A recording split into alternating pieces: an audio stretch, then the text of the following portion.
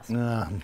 Well, fall is finally here, and you're probably starting to think about raking up your leaves, preparing for the colder weather. Getting pretty close to that, aren't we? If you live in Boise, you can put those leaves in a compost bin, but where do they go? 6 on Your Side's Anna Silver explains more about a unique facility that makes sure those materials don't go to waste.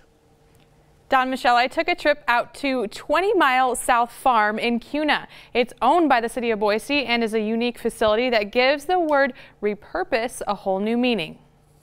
This is 20 Mile South Farm, owned and operated by the City of Boise. It serves as a dual purpose. Here, alfalfa, corn, and winter wheat are grown, but the fertilizer used for those crops. And we take all the biosolids from both of the water renewal facilities, and then we truck those out to the farm where we use those as fertilizer. Ultimately, those crops are sold to local food production. We're in the midst of our corn chopping for the season. All of our corn is chopped for silage.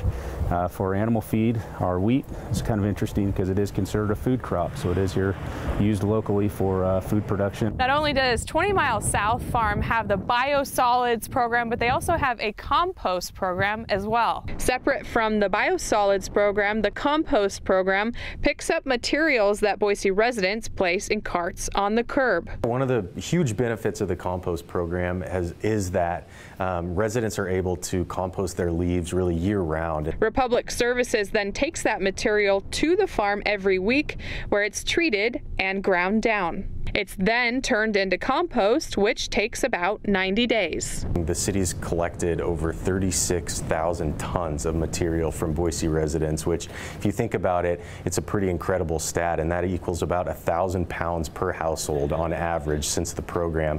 So that's a ton of material that would have otherwise wound up in the landfill that's now being able to be turned into a new product that Boise residents can then use at their home.